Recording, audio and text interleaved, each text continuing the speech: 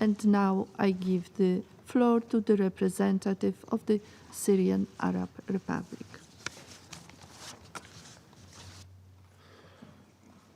شكرا. Thank you, Madam President. I would like to express our appreciation to you for your presidency of the Council during this month, and we express our satisfaction with Mr. Peterson's recovery after an illness, and we are happy to see him back at work. Madam President, I've noticed from the interventions of some of the colleagues, and I would like to refer especially to the US, the UK, the French, Belgian, and German statements, I've noticed that they are now speaking as if they are the special envoy. They have put and drawn up a roadmap for him, a new roadmap that has nothing to do with the one that he's working on, the one that everybody has agreed on. A roadmap that is full of landmines which are in the shape of preconditions in a rude way that does not at all respect the mandate of the special envoy and is a violation of this mandate and its provisions, thus obstructing his noble cause. The only path, ladies and gentlemen, the most effective path, and the least costly path to end the suffering of the Syrian people is for the state sponsors of terrorism to recall their monsters from Idlib and from Al-Hol camp, which is being run by the occupying US forces in a dear and precious part of my country. Take back your monsters and put them back in their caves of civilization in Europe and Britain, seeing that Britain is no longer part of Europe anymore, and we have to mention it by name, and Australia and the United States, and Turkey and the Caucasus, the Gulf, Tunisia, Egypt, Jordan, and Central Asia. Then the bloodshed will stop. The bloodshed of Syrians and my country, all of my country, not just Idlib, will enjoy peace and security. Terrorism in the caves of Tora Bora has led to the attacks on New York. I mentioned here 9/11. The terrorism in the caves of Idlib has led to the killing of tens of thousands of Syrians, tens of thousands. In Aleppo, in Hama, and Latakia, and throughout the Syrian Republic. Therefore, no one can try to one-up us when we exercise our sovereign right to combat terrorism. Seeing as we are speaking of terrorism, the International Center for Counterterrorism in The Hague, Europe. The Hague is the capital of the Netherlands, says the speaker. This international center says that out of 4,300 European terrorists, I repeat, 4,300 European terrorists fighting in Syria and Iraq. Moderate armed Syrian opposition that is genetically modified. They're Europeans. Now they're Syrians. Now they are moderate armed Syrian opposition members. 4,300 European terrorists are fighting in Syria and in Iraq. Of them, 2,838 terrorists from Belgium, Britain, France, and Germany. 4 European countries sent almost 3,000 terrorists to us. These statistics aren't accurate. They're European statistics. Our statistics as the Syrian government indicate much larger numbers. The number of Belgian terrorists, Mr. Ambassador, is 400. Right now, in this day, in Syria, there are 400 Belgian terrorists fighting in Syria. Who are they fighting? They're fighting the Syrian government.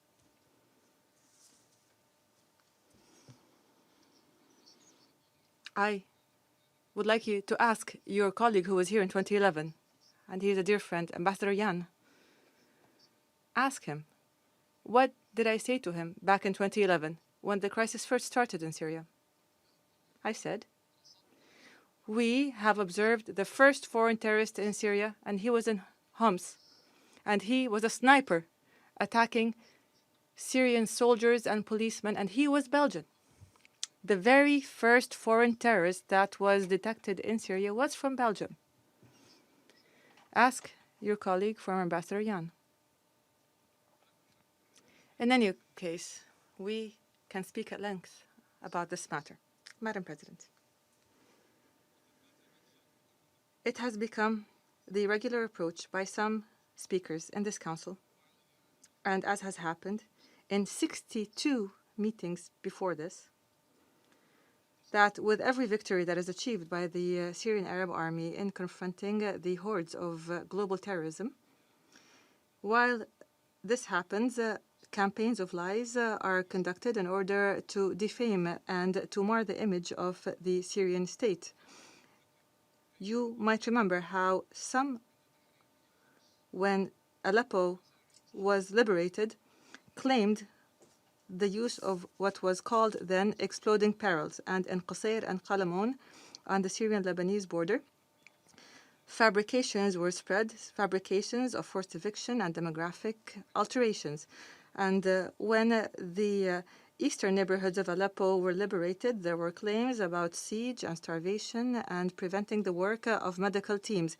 And when the eastern Ghouta villages were liberated, the incident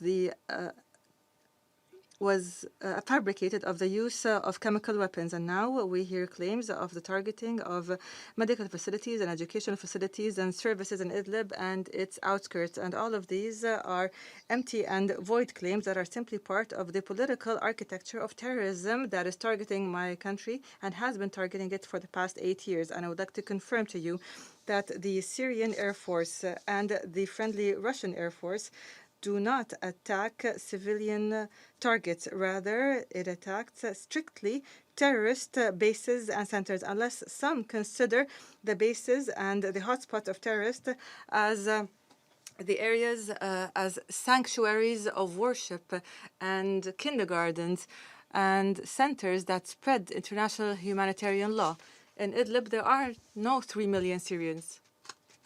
This is a false and incorrect number. In Idlib, Idlib does not have 20% of Syria's population. Idlib is a small province in Syria compared to the other provinces in Syria. The number of those living in Idlib does not surpass 1 million residents. Madam President,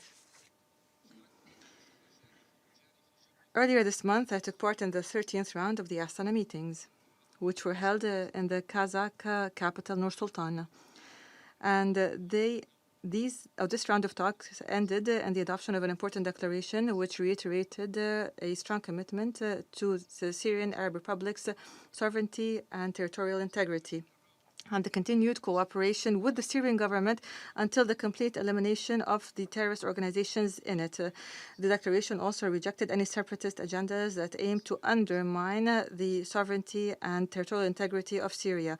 Moreover, this declaration has reiterated the importance of international resolutions to put an end to the Israeli occupation of the Syrian Golan, at the forefront of which is Security Council Resolution 497 of the year 1981.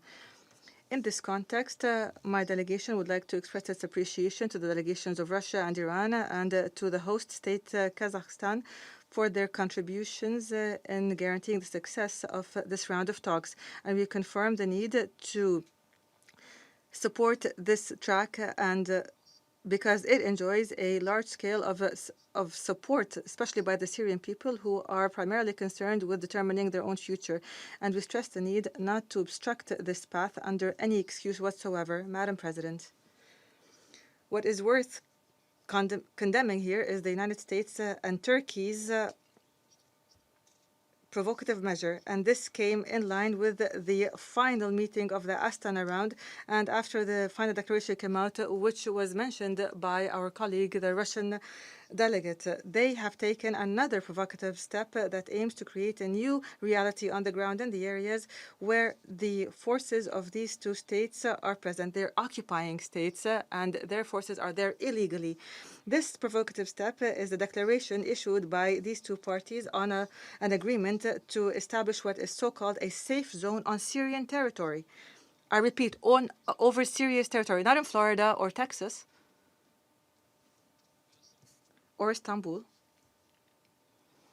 This was an agreement that my country categorically rejects because it constitutes a blatant infringement on the sovereignty and political integrity and the territorial integrity of the Syrian Arab Republic, which has been affirmed by this very council in its various resolutions. It is also a blatant violation of the principles of international law and the UN Charter.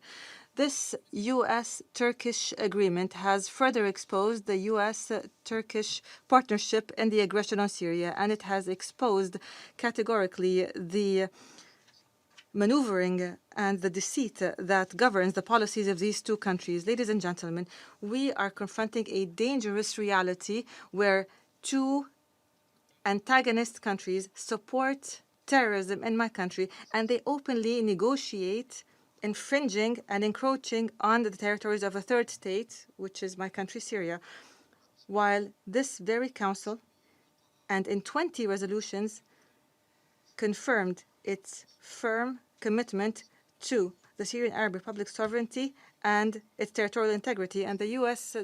Delegation has supported these 20 resolutions, which were adopted unanimously, include with the U.S. vote.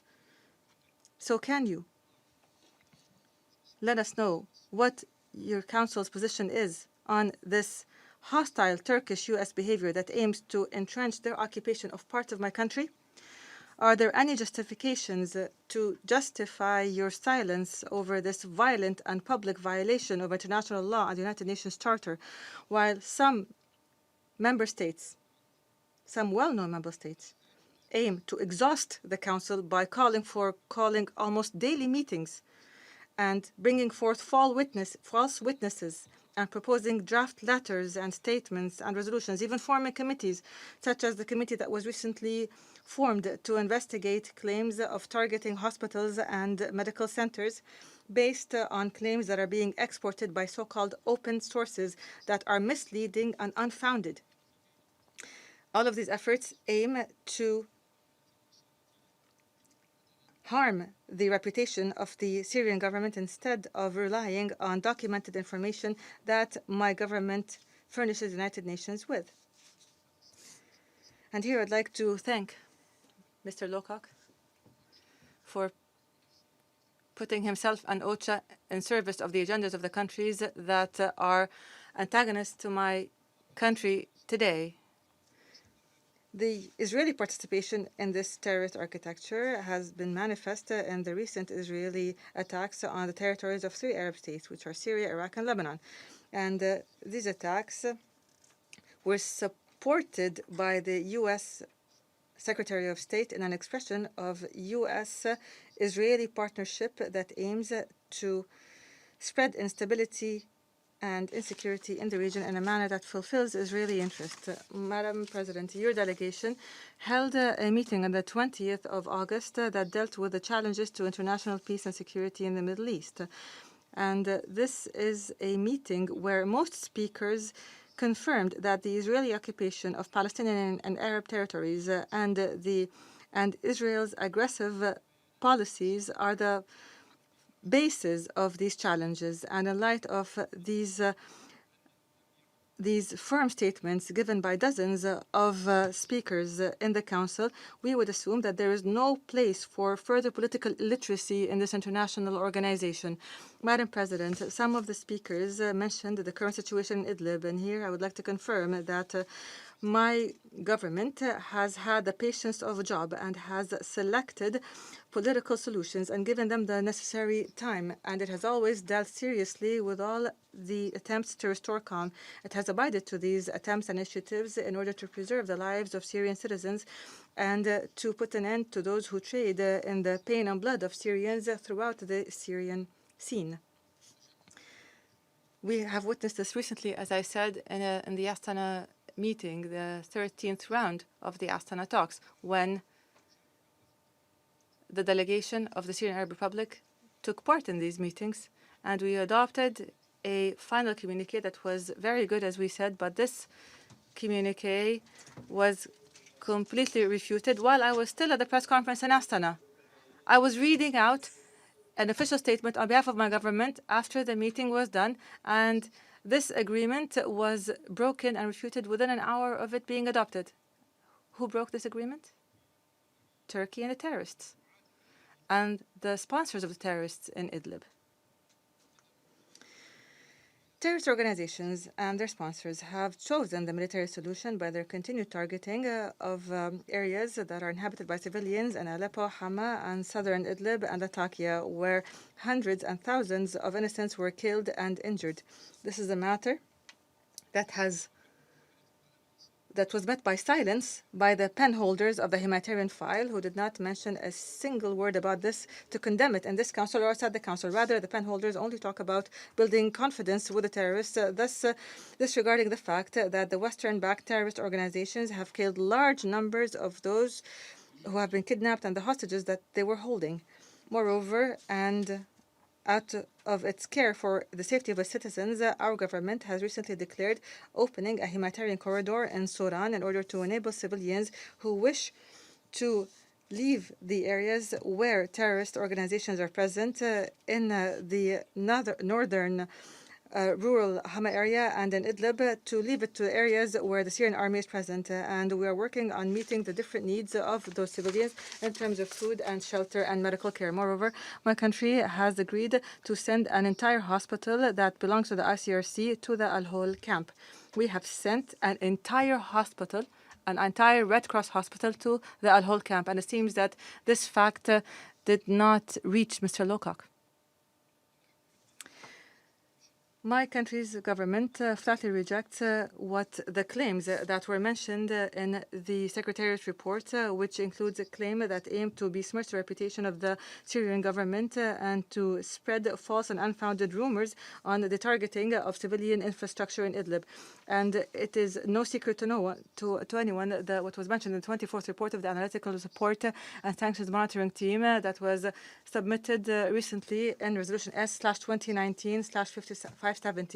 And I'm quoting here. These are the words used by counterterrorism experts in the UN, and they said in that report, and I quote, Idlib now contains the greatest concentration of terrorist elements anywhere in the Levant and Iraq, and is described by one member state as the world's biggest dumping ground for foreign terrorist fighters. I repeat, Idlib is the world's biggest dumping ground for foreign terrorist fighters. These are the words used by the Analytical Support and Sanctions Monitoring Team that is part of a sanctions committee. End of quote. Moreover, and I quote again, the report continues, the HTS, Hayat Tahrir al-Sham, is the sole and effective party that is controlling armed and non-armed activities in those areas. It is no secret to anyone that the Astana Agreement on the deconfliction zones does not cover the armed groups that were classified by the Security Council as terrorist organizations. Moreover, the Astana Agreement has stipulated a group of obligations, including those requiring the armed groups that have signed the Astana Agreement to work on dissociating themselves from the terrorist organizations, especially Daesh, Jabhat al-Nusra, and other groupings that are allied with them. Moreover, the Astana and Sochi agreements have reaffirmed the right of the Syrian government and its allies to confront the terrorist organizations regardless of their names and callings. And here we'd like to confirm that the armed groupings that are present in Idlib, such as Jabhat al-Nusra and HTS and Daesh, and the East Turkestan movement and Hurras ad-Din, as well as Jaish al-Muhajirin and al-Ansar and others, are all armed terrorist organizations, and the efforts of the state sponsoring them will not succeed in recycling them and presenting them as moderate armed Syrian opposition. Moreover, we will not stop with the support of our allies from defending the lives of our citizens and in combating terrorism. Standing by Syria's side today is the true measure to prove the credibility of the war on terrorism. By the way, the Hurras ad-Din organization that is sponsored by U.S. intelligence is being sponsored by the Kuwaiti Salafi movement.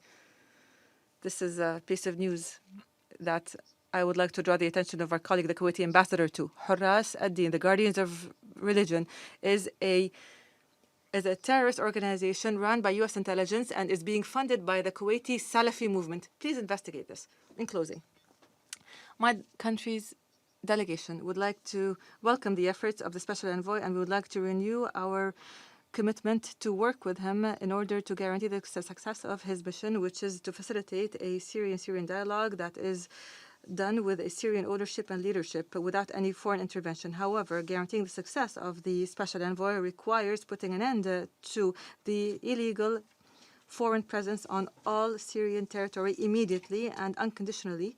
It also requires a full and effective commitment to Syria's sovereignty and territorial integrity, and it requires support to be given to the efforts of the Syrian government and its allies in combating terrorism, and it also requires providing the basic needs of Syrians, reconstruction, and facilitating the return of IDPs instead of placing unconditions, as we heard today. And this has to be done by offering actual humanitarian assistance, not promotional humanitarian assistance. And this also requires funding the humanitarian response plan. To this very day, only 27% of that plan has been funded, despite the fact that we are in the last third part of this year. Moreover, we stress the need to lift the unilateral coercive economic measures that have been imposed on the Syrian people and which constitute a form of economic terrorism that comes to complete the terrorism of terrorist organizations. It is a cheap and useless extortion attempt, the most recent manifestation of which came in the announcement by the U.S. administration to impose sanctions on firms and persons who are taking part in the Damascus International Expo. I thank you, Madam President. I thank the representative of the Syrian Arab Republic for his statement.